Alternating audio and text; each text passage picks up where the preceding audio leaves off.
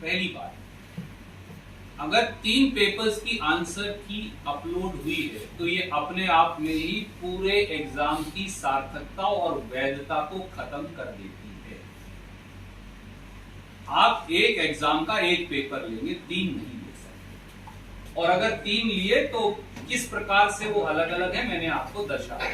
दूसरा, मैंने Haryana staff selection commission और हरियाणा सरकार के जो प्रवक्ता हैं उनकी बात सुनी थी, दोनों चेयरमैन हैं और उनके जो सरकार की तरफ से भी कहा गया।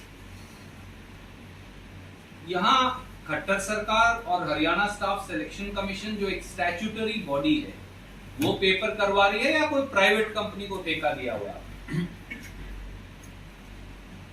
प्राइवेट कंपनी 3 पेपर सेट कर भी दे तो वो आपको भेजेगी, आप चुनेंगे कि आपको कौन सा पेपर परीक्षार्थियों को देना है। 3 पेपर नहीं भेजेंगे, आप चुनकर एक पेपर भेजेंगे, पहली बात तो।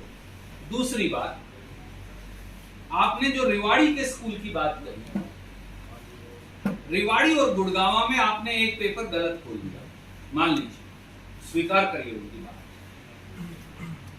तो आपने फिर दूसरा बांटा। जब आपने दूसरा पेपर बांटा तो फिर आपने तीसरा क्यों बांटा? गुड़गांव में आपने 9 से 10:30 बजे एक पूरी परीक्षा होने दी पेपर 1 पे, उसके बाद बच्चों को रोका, फिर 11:30 से एक और परीक्षा दी। क्यों? कितने ऐसे सेंटर हैं जहां आपने ये घालमेल और धांधली कर दी?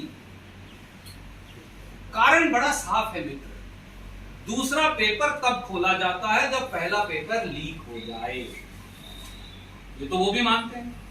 तो इसका मतलब 5 सेंटरों पे, 3 सेंटरों पे, 10 सेंटरों पे, एक सेंटर पर पेपर लीक हुआ, तभी आपने दूसरा पेपर खोल लिया। अगर आपने दूसरा पेपर खोल लिया तो ये क्या गारंटी है कि वो पेपर इतनी देर में बाकी सेंटर्स पर जाकर नहीं बिक चुका था? तो गुण और दोष के आधार पर सब इंस्पेक्टर पुलिस की भर्ती कैसे होगी? और फिर आदमी का रिकॉर्ड भी होता है, किसी आदमी का रिकॉर्ड, हिंदुस्तान की फौज है, उसका इमैक्युलेट रिकॉर्ड है, सब विश्वास करते हैं। यहां तो 30 पेपर लीक हो चुके आपके। अभी अभी आपने पुलिस मेल कांस्टेबल का पेपर लीक हुआ, वो सारा मैंने आपके सामने रखा। कोई पकड़ा गया आज तक? किसी को सजा मिली? वो पेपर निकला कैसे हरियाणा स्टाफ सिलेक्शन कमीशन से? बेचा कैसे गया?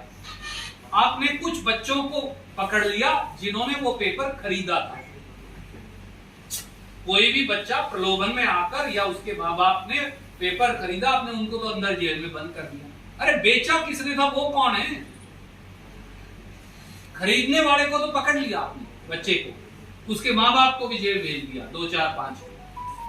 पर पेपर बेचा तो स्टाफ सिलेक्शन कमीशन से था, पेपर बेचा तो सरकार में बैठे सत्ताधारी सफेद पोशों ने था, पेपर तो बड़े बड़े आला अधिकारियों के संरक्षण में बिका था, उनमें से कोई दोषी। और 30 पेपर हैं। मैं हर बार ये विषय उठाता हूं, पिछले 7.5 साल में कोई पेपर माफिया गिरोह को सजा हुई हो उसका नाम आप बता दें। पत्रकार साथी तो न्यूट्रल हैं, आप इस बात में निष्पक्ष निर्णय ले सकते। 7.5 साल में एक व्यक्ति भी आप सजा दिलवाते हैं, इसका मतलब आपकी मिलीभगत साफ है खट्टर सरकार। ये आप हाईकोर्ट जजेस से जांच की मांग कर रहे हैं, तो सभी 30 पेपर की कर रहे हैं या सिर्फ इसकी करेंगे? फिलहाल जो इनकी कार्य प्रणाली है, देखिए समस्या एक पेपर में नहीं है। हरियाणा पुलिस कांस्टेबल मेल के पेपर की धांधली पकड़ी गई, हमने आपके सामने रख दी। और कितने ऐसे पेपर हैं जिनकी धांधलियां नहीं पकड़ी गई? 30 धांधलियां इनकी पहले पकड़ी जा चुकी हैं। इसका मतलब ये कमीशन जो है, जैसे मैंने इसका नाम रखा है, अब ये नौकरी भर्ती सेल काउंटर है, ये कमीशन नहीं है। ये केवल पेपर बेच माफिया के साथ इनका कहीं ना कहीं परोक्ष संरक्षण और समर्थन दोनों है। और प्रत्यक्ष तौर से 30 पेपरों के, और ये 31वां है, सबूत आपके सामने। कोई ये सवाल नहीं पूछ रहा कि भैया ये वो लोग हैं जिन्होंने आपको पैदा किया था, मोदी जी, और नड्डा साहब तो उनके कमरे के बाहर बैठे थे। आप क्यों ऐसा कर रहे हैं? अब आ जाइए कांग्रेस पर। जब कोई मुख्यमंत्री अपने सारे विधायकों का विश्वास खो दे तो उन्हें स्वयं भी नहीं रहना चाहिए। 78 विधायकों ने 79 में से लिख कर दिया कि वो मुख्यमंत्री का बदलाव चाहते हैं। अगर हम मुख्यमंत्री ना बदलते तो आप ये इल्जाम लगाते आप डिक्टेटर हो, 78 विधायक एक तरफ हैं, एक अकेला मुख्यमंत्री एक तरफ है, तो आप उनकी बात नहीं सुनते। और पहली बार पंजाब में किसी दलित मुख्यमंत्री को, एक नौजवान दलित बेटे को मौका मिला। एक नया इतिहास रचकर हमने दिखाया। भाजपा के पास कोएलिशन पार्टनर्स मिलाकर, अगर मुझे सही ख्याल है तो 15 प्रांत है। क्या कोई दलित मुख्यमंत्री है? मोदी जी बात तो करते हैं किसी दलित को बनाया, किसी जांगड़ा समाज के आदमी को बनाया, किसी पांचाल समाज के आदमी को उन्होंने बनाया, किसी कश्यप समाज के आदमी को उन्होंने मुख्यमंत्री बनाया। अगर कांग्रेस ने एक पहल की उसमें उन्हें तकलीफ क्यों? और जहां तक छत्तीसगढ़ का आपने सवाल पूछा, छत्तीसगढ़ के कुछ विधायक साथी अगर दिल्ली आए और हम लोगों से बात करें तो ये उनका अधिकार है, ये हमारी पार्टी का आंतरिक मामला है। ना हमने मुख्यमंत्री हटाया ना नया बनाया। जब कभी हटाएंगे बनाएंगे तो आप ये सवाल पूछिए।